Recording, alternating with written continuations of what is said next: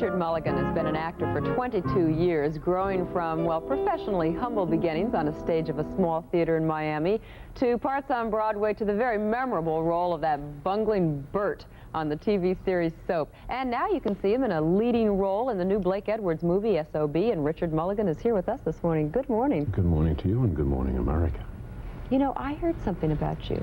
I heard that originally you really didn't want to be an actor at all. You wanted to be a playwright, the guy struggling behind the typewriter and not out there in front of the audience. What happened?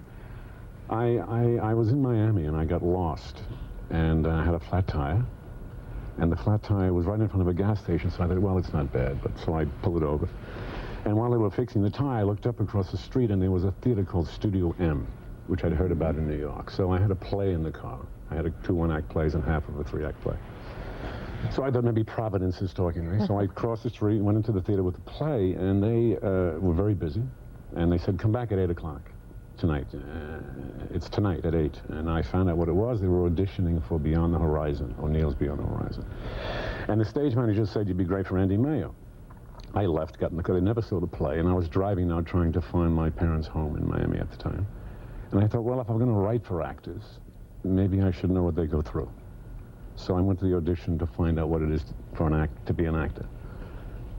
And I hated it. You know, it was awful. It was terrible doing an audition. Did you really hate it, or did you hate it and love it? No, I just didn't like it. I didn't like it at all. And the next day they called me and gave me the part. Then I thought, well, and so it was still trying to serve the writing, to serve the writing. I thought, well, I'll do the play and let's see what an actor does in a play. And we got rave reviews. And I thought, well, maybe I belong here. Nobody's producing my plays. And I moved over to acting. Once again, maybe Providence. And came back to New York and studied and went hungry and all that stuff. But it was really to serve a writing career that I became an actor. Are you glad you made that decision? Yes. You've enjoyed acting? I've enjoyed it. There was a time, I suppose, when I did. I remember very clearly thinking that it was the worst choice I ever made in my life. You know, I had been busted and broke and sleeping in bus stations and doing plays in strange little theaters and all.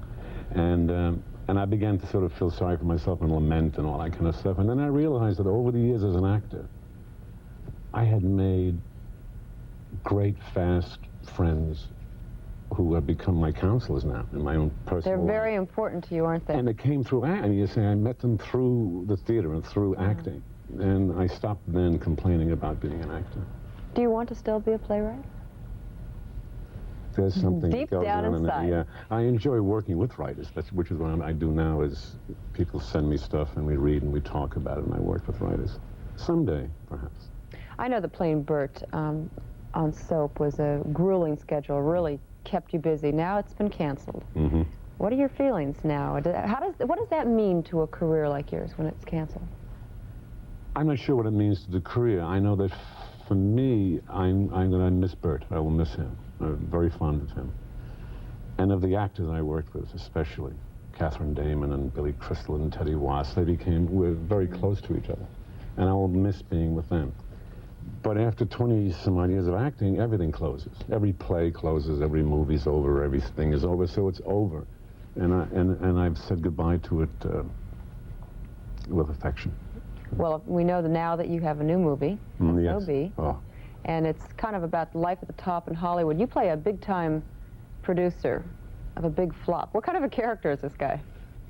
Felix Former in S.O.B. Felix has been up to the point of the beginning of the movie. Mm-hmm. Successful at all times, producer, everything was a hit. And the movie begins with the information that his most current production, which cost $30 million, is a disaster. It is a bomb. The critics have absolutely spat upon it. I mean, they really hate it. And it's what happens when in Hollywood or any big business when a very expensive project fails. And everyone's trying now to fix it. We do have a scene, and it's right as you're screening the movie for some of the other people who have worked on it. So let's take a look at that. Okay. All the day fare thee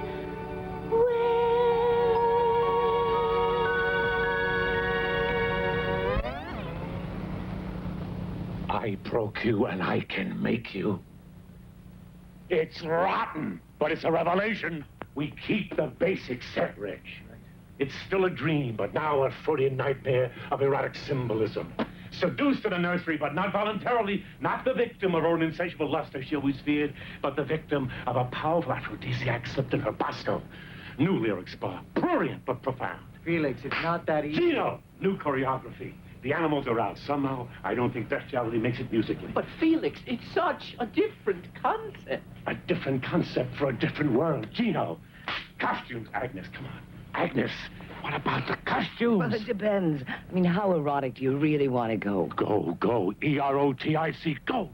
Oh, Sally Miles, America's G-rated darling in the B-U-F-F. Why not? Oh, Felix, darling, some of her fans still don't think she goes to the bathroom.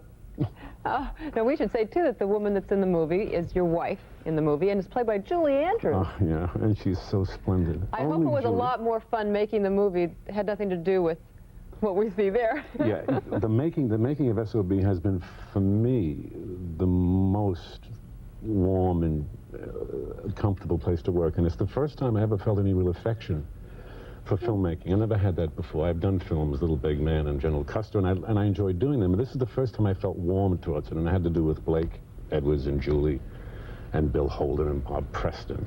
It was a great company to be in. And Julie, only Julie could pull this off because of who she is to the world and who she is. And she just sends herself up so well. Well, we're all going to look forward to seeing it. Oh, S.O.B. I hope so. with Richard Mulligan. Thank you. It's been nice meeting you. It's been my pleasure. We're going to be back in just a moment. Stay